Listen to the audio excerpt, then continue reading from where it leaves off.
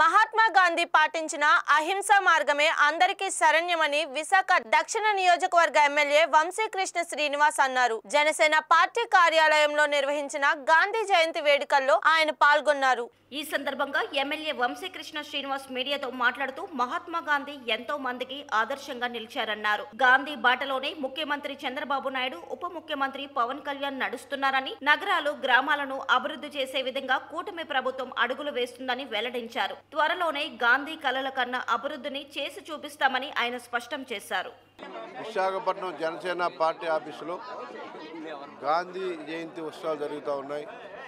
ముఖ్యంగా అహింసే సరైన మార్గమని, ప్రపంచానికి ఒక దిక్సూచిగా, స్వతంత్ర భారతదేశానికి అధిపతిగా ఎంతోమందికి ఆదర్శంగా నిలిచినటువంటి మహాత్మా గాంధీ జయంతి ఇవాళ జరుపుకుంటా ఉన్నాం.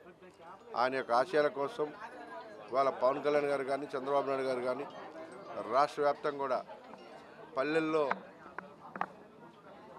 ఏ విధంగా అభివృద్ధి జరిగితే దేశం అభివృద్ధి జరిగిద్దో, ఒక విధంగా చెప్పాలంటే ఈ దేశంలో మహాత్మా గాంధీ యొక్క సంస్కరణలు, మహాత్మా గాంధీ ఏదైతే పిలుపునిచ్చారో ఆ మార్గంలో నడుచుకుంటూ మా లాంటి యువత అందరికి కూడా ఎంతోమందికి ఆదర్శంగా ఇవాళ ఆయన ఆశయాల కోసం పనిచేయడానికి ఒక అదృష్టంగా భావిస్తూ ఉన్నాం.